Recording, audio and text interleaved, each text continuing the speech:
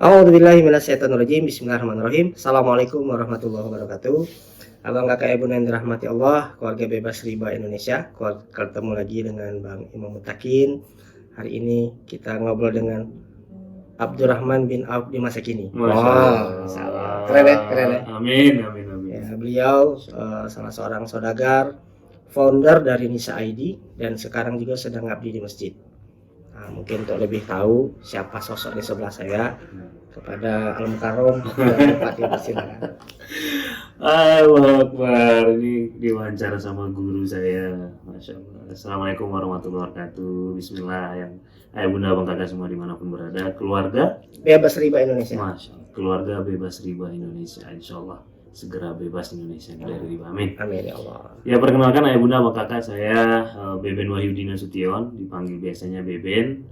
Saya muridnya Bang Imam Mutakin, murid lama dan santrinya Bang Imam lah, santri sampai mati insya Allah. Ya, ya background kalau tadi didoakan sama guru kan harus diaminkan. Nah, tapi itu amanah kan gitu.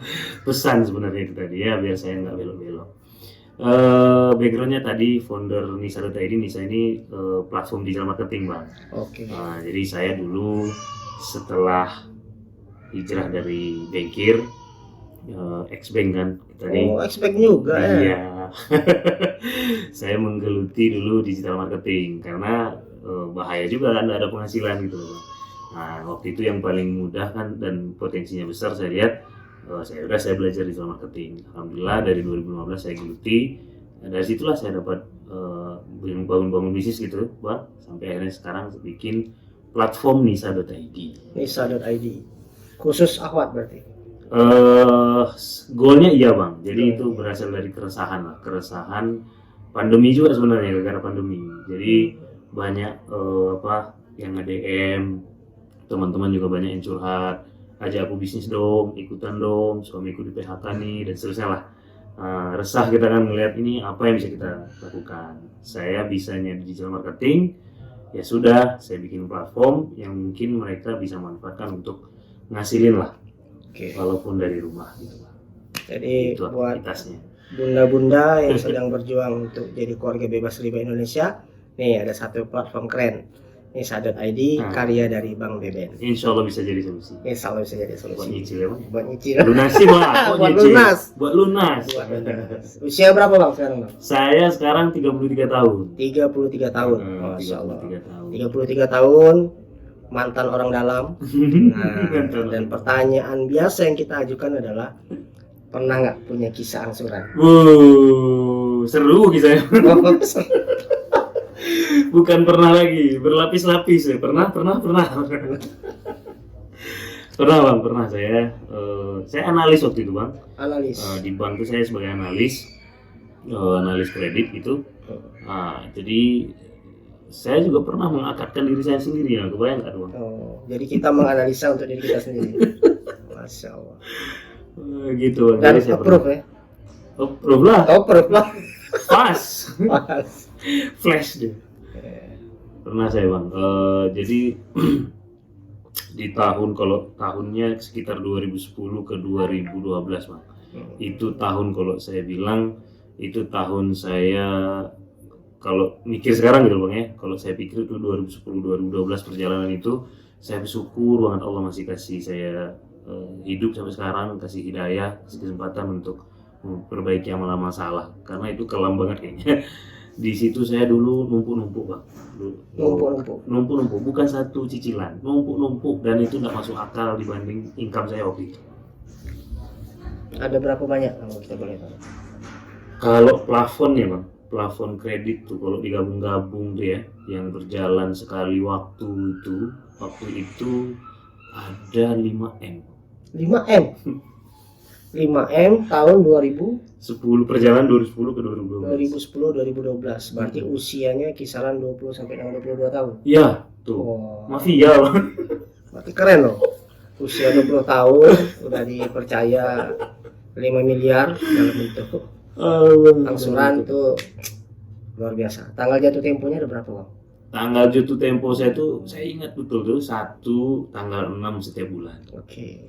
1 akhir bulan Bang. pas sama gajian. Pas sama Iya gajian. kan, 26 lah, 26, 27. Terus satu lagi itu tanggal 20-an, 20, 21 gitu. Oke. 3 sebenarnya itu Bang. Tiga Cuman masalah. plafonnya gede-gede waktu itu. Kalau total 3-3 itu 5M 5M. plafonnya. Itu dipakai buat apa waktu itu?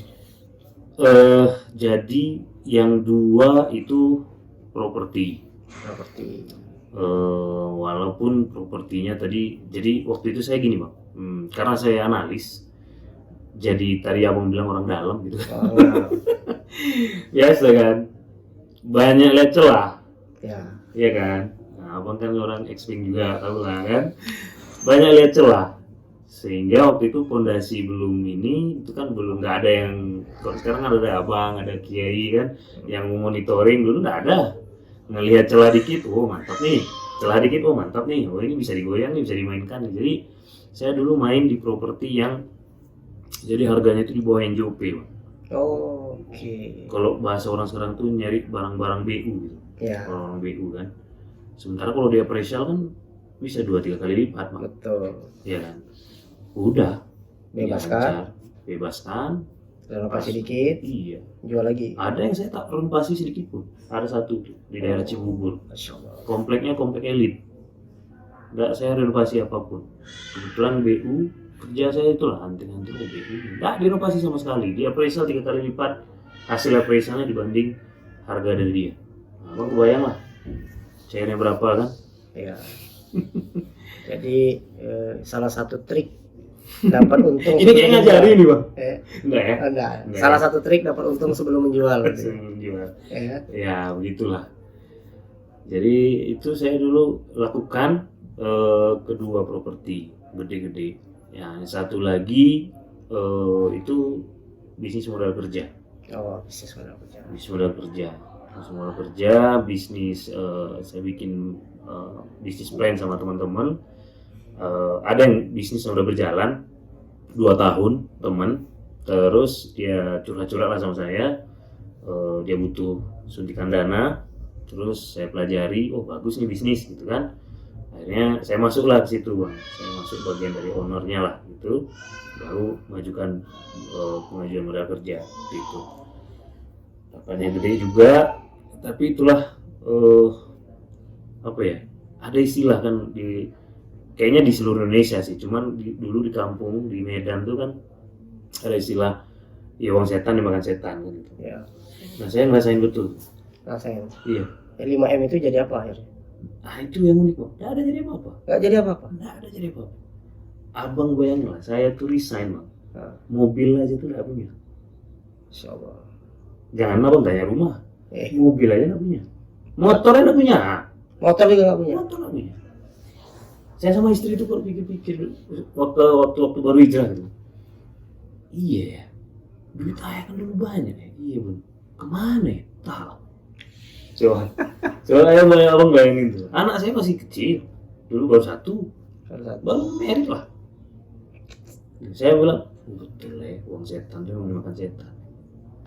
Habis nggak tentu arah. Nggak tentu arah Bang. Terus kalau ditanya, oh berarti waktu itu hidupnya hura-hura ya? Mungkin wajar gitu kan, habis hura-hura gitu kan, mau keluar negeri jalan-jalan. Nggak juga sih. Nggak juga keluar negeri. Nggak juga, entah saya yang bodoh kali Bang. Lupa jalan-jalan. Iya. Tapi saya pikir, iya kemana ya uangnya habisnya? Tempat umroh nggak? Saya umroh justru setelah hijrah Bang. Oh, berarti dari 5M itu nggak ada juga. Nggak ada. Ya, karena kalau umroh takutnya nggak sampai ke sana. Pesawatnya belok dari tempat lain. Belok, ya kan? Bahaya kan? Hilang dari radar, itu yang bahaya Bang. Yang kasihan yang ikut pesawat sama saya. Nah itu 2 tahun dulu. Masya Allah. Berarti keluar tahun 2015. 2015. Kalau kisah angsurannya berakhir tahun kapan? Jadi kalau bicara kisah angsuran tuh, jadi kan tadi Bang tanggal 6, 20, 27 kan, ada tempo kan. Sementara gaji saya waktu itu Bang, gaji pokok saya itu cuma 4 juta. 4 juta. Iya. Angsuran saya tuh sebulan tuh 45 juta. 45 juta. Gila ya Bang. Masya Allah. Tapi bisa bayar ya? Bisa bayar. Alhamdulillah lancar Bang. Lancar. Nggak sempat macet. Nggak pernah, ya pernah 2 lah. Maksudnya telat kan biasa tuh telat-telat. Ya, telat hari. Telat hari. Tapi 3 sampai diragukan atau pulang lancar atau macet tuh nggak pernah. Nggak pernah. Aman, gitu aman. Cuman kalau abang tanya saya, kayaknya itu waktu-waktu saya nggak menikmati hidup, betul. Oh, Itu adalah waktu-waktu saya nggak menikmati hidup. 2 tahun, 2010 ke 2012 tuh stres banget, Insya Allah. stres banget. Dan ya abang, walaupun waktu itu ada bisnis ya bang ya, untuk membackup itu, tapi kan tetap aja kan logika saya sebagai waktu itu karyawan juga kan, saya yang pasti cuma 4 juta nih, Betul. iya kan? Berarti kan 45 juta, berarti 41 juta ini kan belum pasti nih. Iya, itu pun 4 juta ini kalau semuanya ke situ, anak istri gimana? Masa nak makan kan? Dan ini di kota mana waktu itu? Bekasi. Oh, berarti di ibu kota. Iya. Di ibu kota, ya karyawan, ya pengusaha juga. Iya waktu itu.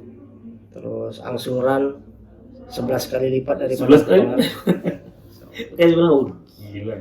Tapi betul. Saya kayak membekas gitu bang, bahwa tahun-tahun itu tahun-tahun istri saya pun akhirnya cerita setelah hijrah ya bang ya. Setelah hijrah baru mau istri itu kayak cerita sejujurnya lah ya, bahwa memang dia juga waktu itu tuh memendam aja sebenarnya, dia nggak ada ketenangan, dia ngelihat saya pun pulang tuh kayak, kalau bahasa dia tuh dulu, ayah tuh mah tahun 2010-2012 itu ya, ayah tuh kayak mayat hidup buat kami. Itu setelah hijrah tuh dia cerita. Iya, ayah tuh, cuman kan dulu nggak mungkin bunda ngomong kayak gitu. Bunda tahu beban ayah. Tapi sejujurnya aura ayah tuh dulu 2010-2012 itu membekas di kita, di aku gitu. Untung aja Danis nama anak saya yang paling besar kan. Untung aja Danis itu masih setahun. Ya. Belum nangkap lah mungkin. Tapi kalau dia sudah besar mungkin kasihan juga. Karena buat saya ayah tuh dulu kayak mayat hidup. Setiap pulang tuh kampanye. Bercanda sama ayah sekarang sama bercanda sama ayah dulu waktu kita weekend main kemana nginep di hotel dan seterusnya ke Bali kayak kemana itu beda ya. Jadi saya jadi oh iya yang ngerasakan tuh memang orang sekitar kita kan. Kita ngerasa diri kita fine aja kan. Wah ini capek kerja biasa. Iya. Kita ngerasa gitu. Mengupayakan yang terbaik untuk warga. Betul. Pembenaran kan banyak. Banyak stok. Banyak judul pembenaran yang bisa dipakai kan. Ini cerita oh gitu. Sampai masalah bercanda beda ya. Bercanda ya tuh ketawa dulu ketawa dipaksa. Kayak wah ya lucu tapi kayaknya pikirannya tuh nggak di bercandaan itu. Gitu. Walaupun dulu mungkin main kalau bahasa dia walaupun dulu kita liburannya lumayan enak-enak lah gitu. Ke Bali, ke mana Labuan Bajo hotelnya bagus kan tapi lebih enak sekarang lah. Even itu cuma sekedar jalan ke puncak tapi ayah tuh hadir. Ayah tuh udah bernyawa gitu. Siap. Oke, oh iya mas. Itu. Insyaallah. Jadi buat saya jadi oke, berarti saya yang berbuat riba, tapi orang-orang yang saya tercinta di sekeliling itu kena dampaknya. Oke. Kena dampaknya. Tahun kapan meninggalkan atau selesainya kisah angsurannya kapan? Terus hijrahnya kapan? Hijrahnya. Jadi 2010-2012 itu kan lagi bangun lah mungkin bang ya. Walaupun 2013 saya itu hijrah 2015 bang. Okay. Kelar semuanya urusan tuh 2015 tuh lah. Jadi cuman 2013-2014 memang lebih ringan karena bisnis kita yang membackup tuh udah mulai running bang waktu itu. Okay. Running. Jadi saya kayak stresnya tuh nggak se-stres yang 2 tahun pertama dulu bang. Nah satu sisi waktu itu sisi hijrahnya gini bang. Jadi saya waktu itu kan saya analis bang, pulang dari meninjau lokasi proyek yang sedang saya analisa, mampirlah entah ya Allah yang berkehendak waktu itu. Biasanya mas saya bang, Allah lagi di jalan, ntar ya sampai kantor, gitu bang. Sholat, alhamdulillah sholat. Nanggung ya. Iya, tapi nanggung tuh selalu jadi password itu. Dan nanggung sekalian gitu. Jadi saya dulu sholat zuhur itu waktu sholat zuhur saya sebelum asar. Waktu sholat asar saya sebelum maghrib.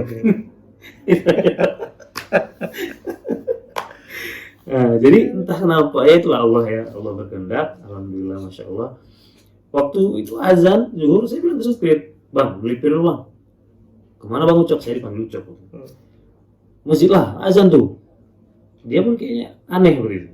Cuman dia karena mungkin ya supir kita nggak berani, mungkin ya neko-neko ya ikut aja deh. Oh ya bang, ikut saya sholat masih dapat waktu itu takbir. Nah, tek saya itu bang, imamnya gini mau, kan biasa staqimu tadi dulu dengan seusuk, lurus dan rapatkan soft. Kata-kata yang bikin saya waktu itu, itulah titik saya kemudian buka Quran lagi bang. Kata-kata gini, sholatlah seolah-olah ini sholat terakhir Anda. Itu saya.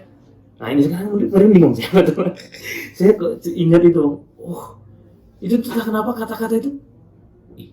Sholat terakhir. Entah saya khusyuk entah enggak itu waktu itu. Tapi itu terngiang bang. Sepanjang sholat. Kalau ini sholat terakhirku. Iya kak udah siap. Itu ya bang. Pokoknya terngiang sampailah salam. Saya nggak tahu lah itu sholat terima benda, tapi itu terngiang. Selama di jalan tuh masuk mobil saya merenung pulang ke rumah merenung mulai dari situ. Mulai dari situ saya ingat betul, tapi nggak langsung buka Quran waktu itu tuh. Merenung ya. Saya ingat ada 3-4 hari lah, 3 hari 4 harian lah. Baru saya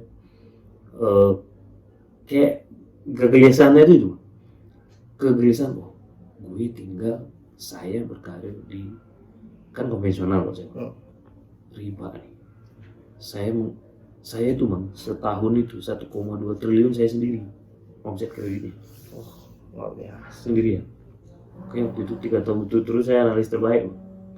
Pencetak riba terbaik. Ya, banyak ini. Banyak aset.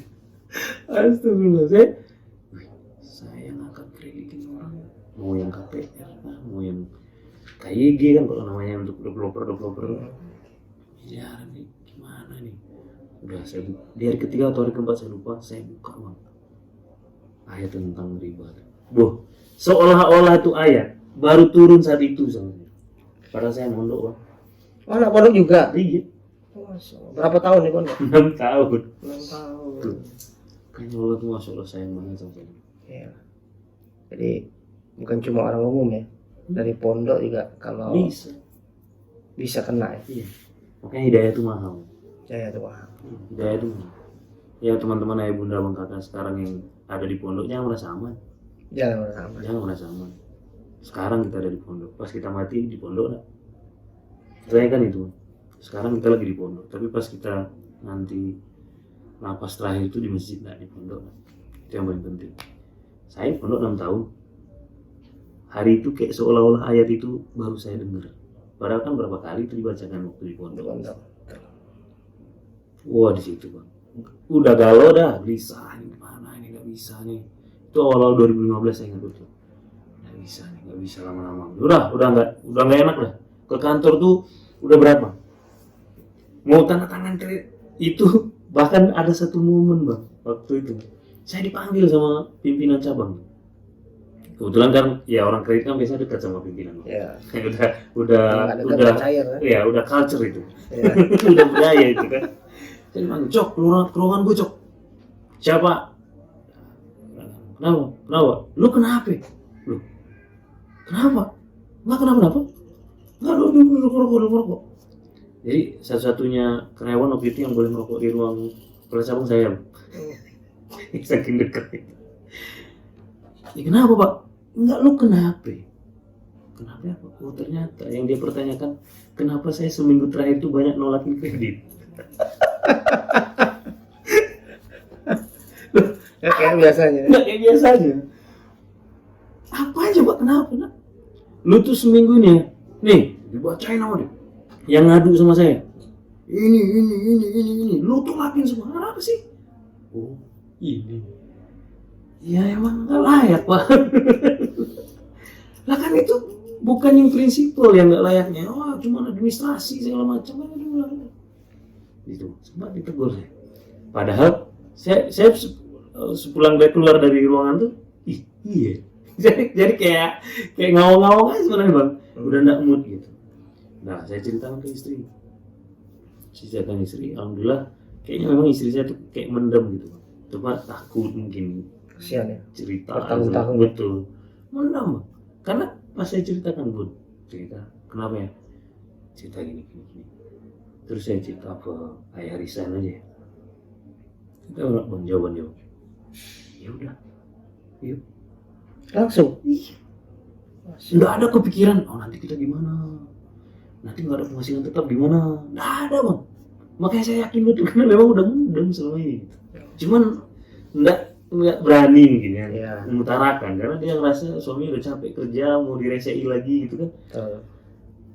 Justru gitu dong. Oh gitu ya, udah, yuk. Gitu. Ih. Kan kita sebagai suami kalau pasangan mendukung kan energi tambahan bang. Iya kan, energi tambahan. Udah, habis ngobrol gitu tuh, saya kayak udahlah saya pelajari kan. Oke, kredit saya berapa nih?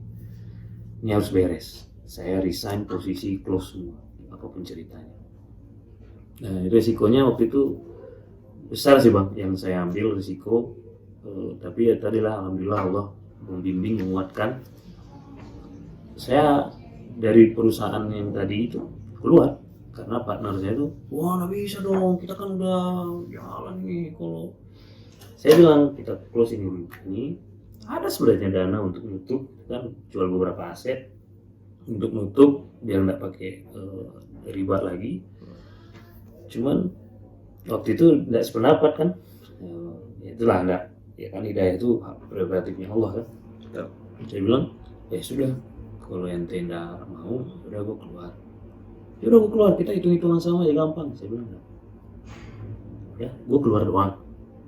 Aset semua nggak diambil. Karena udah bercampur kan tadi bang. Iya, sepakat tadi. Iya. Karena kan ya aset bertumbuh, cuma kan dihasilkan dari mana kan gitu. Iya. Nah, wah lu ntar nuntut lu. Enggak. Demi Allah udah salaman. Tapi lu yang ngurus akte ya, kan perubahan akte kan.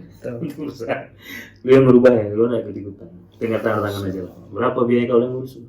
Nanti mau keluar. Sampai sekarang masih jalan ya? Masih bang dia jalan. Masih jalan? Masih jalan. Masih jalan.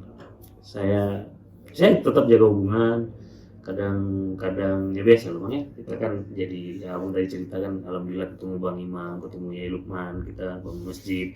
Ya barisan dari yang ngenyek gitu kan. Waduh, gitu. Kita kan itu kan ini bang, apa namanya, musik di tengah perjuangan. Iya, biasa. Biasa. Gitu sampai sekarang bang. Jadi waktu itu saya putuskan yang masalah itu memang nggak clear, maksudnya nggak beres di banknya karena memang si partner saya tidak mau, cuman saya keluar dari situ. Dan beliau yang menyelesaikan. Dia yang menyelesaikan. Nah yang 2 properti itu ya udah saya beresin, saya jual tutup langsung, dan itu udah jual nutup aja.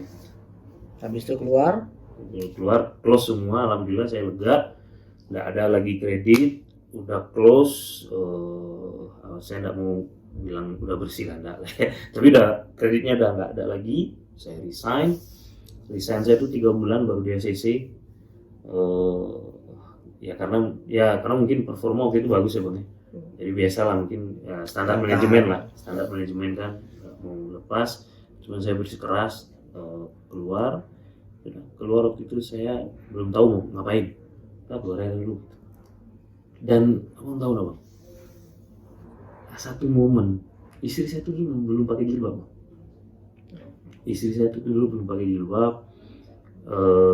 Karena memang saya ketemunya bukan di pondok sama istri saya itu kan di pergaulan perbankan lah gitu ya. Dan tahu nggak hadiah istri saya bang, saya resign tuh, padahal saya resign jadi menganggur loh bang. Status saya itu jadi menganggur. Dibilang bisnis enggak, kan saya udah keluar dari bisnis lepas, belum tahu nih mau jadi apa nih. Makan dari belum tahu nih. Tapi atas status menganggurnya saya, hadiah istri saya waktu itu izin langsung. Enggak langsung, saya ada proses. Cuman statement. Tapi nggak disuruh ya? Enggak. Itu juga lucu. Tiba-tiba dia minta tolong temenin ke toko baju. Saya anterin. Saya tunggu di parkiran. Toko jilbab memang, saya enggak aneh karena teman dia banyak jilbab. Di pikiran saya, mau beliin hadiah mungkin, kado mungkin. Tapi ini kok lama? Lama betul nih milih-milih. Udah, biasa kan, sabar lagi masuk. Bun, lama betul bun. Dijawab sama dia, yang menurut yang bagus mana? Ya bagus lah semua, standar cowok, bagus semua, bagus semua. Biar cepat. Biar cepat. Enggak buat bunda nih mana? Buat bunda. Aku tuh buat bunda. Iya, yang bagus yang mana? Saya nggak berani jawab, nggak nanya, nggak berani nanya kan. Saya lurusin aja dulu. Oh iya itu bagus. Padahal dia milih-milih itu dari kondisi nggak berjiwa. Itu yang itu maksudnya. Saya selesai, saya ke motor, di motor, ini buat bunda kan? Iya, ayah aja hijrah, masa bunda enggak? Itu, oh iya, saya diam aja.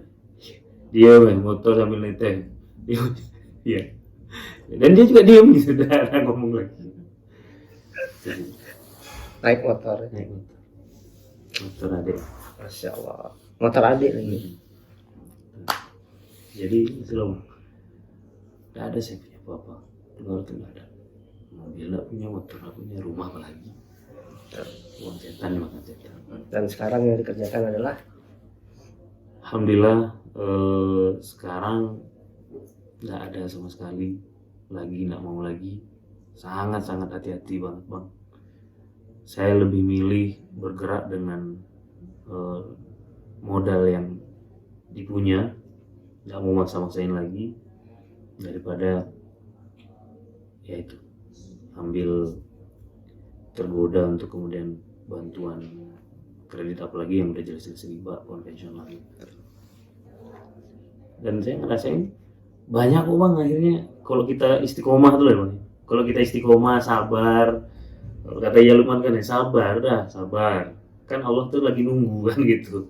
Sampai garis sabar nak nih kan, ibarat katakan Allah tuh udah bikin garisnya bang. Cuman Allah lagi liatin sabar nggak sampai garis nih. Oh sampai garis, dikasih sama Allah dia kan gitu bang. Nah, kebanyakan kita tuh karena kita nggak ngelihat garisnya, nggak sabar kita gitu loh. Haisulah tas itu jadi kadang-kadang kita nggak imani gitu. Nah saya udah dan terbukti saya nggak pernah nyangka bang bisa bikin misalnya tadi, bisa produksi produk, kalau langsung kerja sama pabrik, nggak pernah kepikiran. Sekarang kayak punya distributor hampir di setiap titik kota.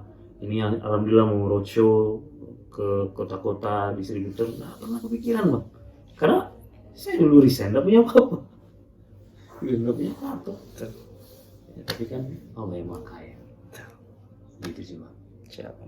Ada pesan-pesan nggak untuk teman-teman keluarga besar bebas riba Indonesia? Keluarga besar bebas Indonesia. Pesannya yang pertama, saya ini bang, yang menjadi inspirasi saya itu surat At-Taubah ayat 20. Taubah ayat 20. Alladzina amanu wa hajaru wa jahadu fi sabilillahi bi amwalihim wa anfusihim a'dzamu darajatan indallah wa ulaika humul faizun. Alladzina amanu, yang pertama tuh syaratnya iman. Iman nih apa ya? Kan iman itu kan tasdik biqalb, membenarkan di hati, takrir bil lisan, dan puncaknya adalah al-amal bil arkan kan, diamalkan. Nah kalau kita percaya kalau Allah ini maha kaya, jadi buat kawan-kawan yang sekarang udah Allah bisikkan hidayah untuk hijrah dari riba. Kalau saya memang risk taker mungkin orangnya bang. Kalau saya bilang udah whatever it takes, leave it, tinggalin. Tapi kan nanti makan dari mana, bisnisku gimana? Tadi alladzina amanu enggak? Kan gitu bang.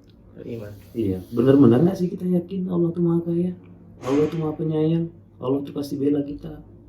Kalau kita memerangi yang Allah benci, kan gitu. Karena setelah amanu hajaru hijrah kan. Iya. Setelah itu baru jihad itu perang musuh. Kata Allah jelas bi amwalihim wa anfusihim, dengan harta dan jiwa raga. Jadi kalau kita takut lapar, macam mana mau jihad? Berarti kan nggak jiwa raga dong bang. Cuma gara-gara takut lapar, takut besok makan apa, takut tidur di mana. Berarti nggak beriman ya? Iya. Ini sepaket ini atau bayar 20 ini amanu, hajaru, jihad. Bi amwalihim wa anfusihim. Nah ujungnya dari 3 ini kan a'zamu darajatan indallah bang. Wa ulaika humul faizun, mereka yang beruntung, yang menang, menang, beruntung, bahagia, apalah itu. Insyaallah. Abang kakak mau tafsirkan apa. Tapi kan syaratnya Azam Darajatan ini sama Pak Izun ini kan tadi yang 3. Makanya saya sampai sekarang pun banyak kawan-kawan yang masih di bank. Kawan-kawan saya dulu kalau ketemu, wah enak loh ya sekarang.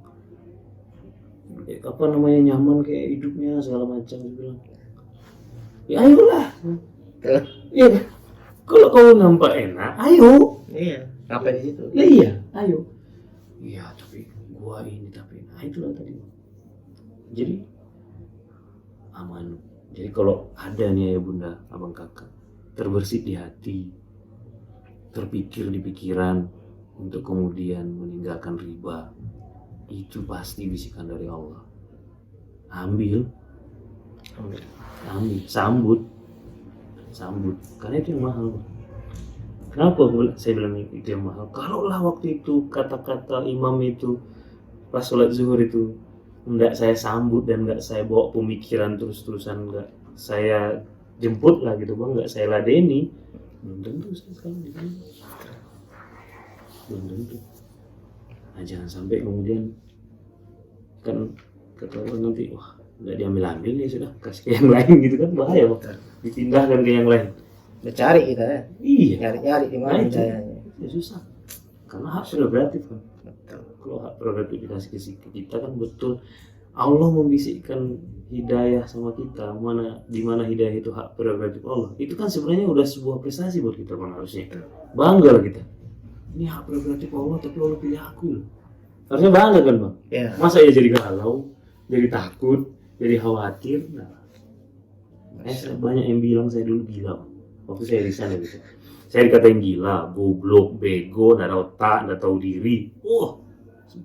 Dan dari teman terdekat pun ngomong gitu. Kalau orang jauh nggak ada masalah. Yang terdekat pun Teman dekat, goblok lu, nggak ada otak lu. Lu mau apa lagi, karir lu cakep. Terus sedikit pertanyaan terakhir. Boleh bang. Karena untuk analis ya. Iya, siap. Banyak proposal di approve. Yes. Dari 100% proposal yang di approve, yang betul-betul layak untuk cair berapa persen? Ini kan di apa nih, di akun YouTube ini kan vulgar dan belak-belakan. Iya bang. Ada 20% itu udah bagus bang. Nah, ada. Itu aja ya bang kakak bunda. Itu clue-nya, kita nggak bahas lebih lanjut. Kita doakan semoga semua yang menyaksikan YouTube ini, Amin. Allah mudahkan untuk segera dibebaskan dari hutang dan riba. Amin. Jadi keluarga yang sakinah mawaddah warahmah. Amin. Semua yang dikerjakan diridhoi Allah. Amin. Panjang usia dalam kesehatan dan Amin. ketaatan dan keistiqomahan. Amin. Makasih banyak Bang Bebe Halo. sharing-sharingnya.